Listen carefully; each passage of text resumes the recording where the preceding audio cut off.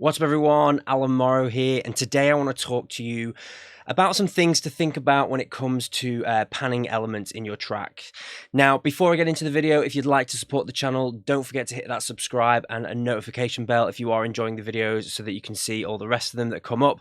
And also, if you don't like to support the channel, don't forget you can head over to alanmorrowstudios.com where there is a lot of tutorials to help you with your production, sample packs, samples, and other things like that. Okay, so getting into the video, panning and things to think about when it comes to panning your elements in your tracks.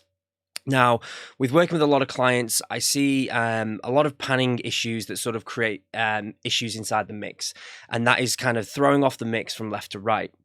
So I just wanted to talk about a few things to think about when it comes to panning, and the first one is probably one of the more obvious ones is the leveling of the elements that you're pushing to the left and right. You know, you don't want one thing over to the side to the right sounding really loud, and then your other element on the left sounding quite quiet. Now that's might seem a bit obvious, but you know, you want to make sure that they're right.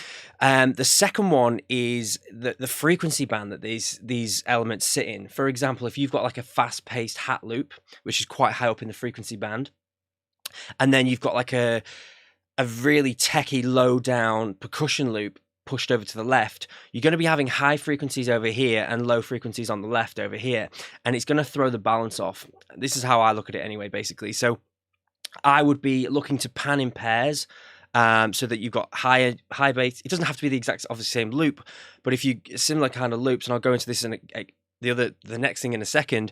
But yeah, having high frequency stuff and then balancing out with another high frequency element on that left, it's just not going to sound right if you've got low end frequency and high end at the right.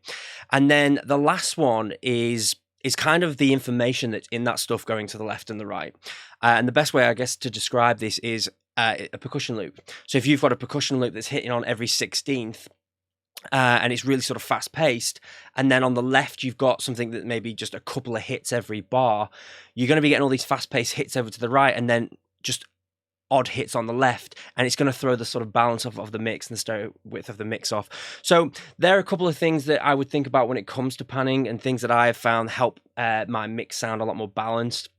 And as I say, guys, you can have different information on the left and right. It's just they are three things that I find definitely I will consider when I do come to panning. So the leveling, the frequency, and the actual information of the elements that you're pushing to the sides.